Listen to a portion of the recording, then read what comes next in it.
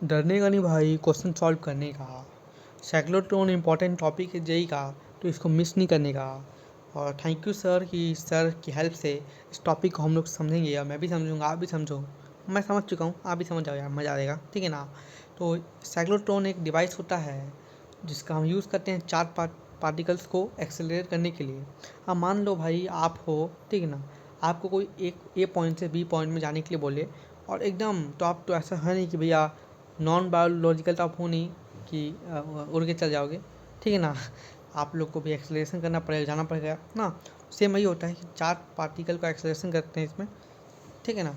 तो इसमें देखो होता ही है, मान लो दो अपने पास डी शेप के हैं, लेफ्ट और राइट, ठीक है ना। तो मैं इसे लेफ्ट और राइट बोलूँगा। तो इसको बेसिकली एक अल्टरनेटिंग करंट के सोर्स से कनेक्ट कर दिया जाता है, ठीक है ना।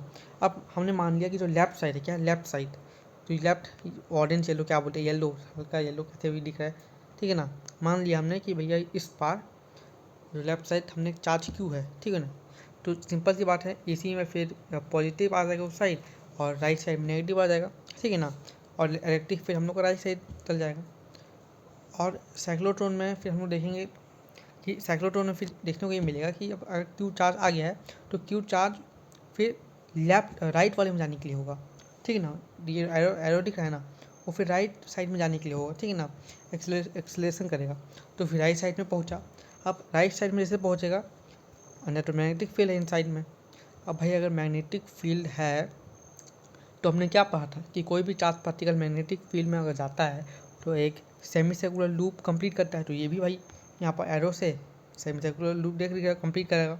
जैसे ही कंप्लीट किया, फिर अभी अभी और फिर राइट में लाल वाले में आ गया है ना, फिर उसको वापस जाना पड़ेगा भैया, एक्सेलरेशन करके लेफ्ट में जाएगा, फिर वापस सेमी सर्कुलर लूप कंप्लीट करेगा, फिर आएगा।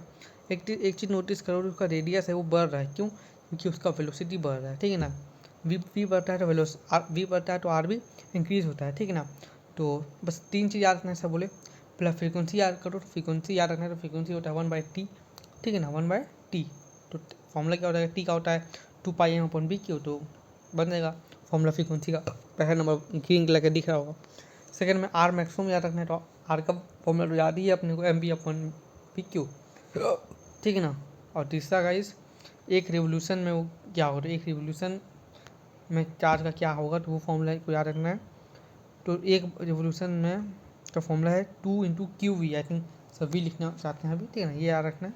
बाकी ये तीन चीज़ याद रखना है, न्यूमेरिकल भी इन्हीं तीनों कॉन्सेप्ट आएगा, ठीक है ना।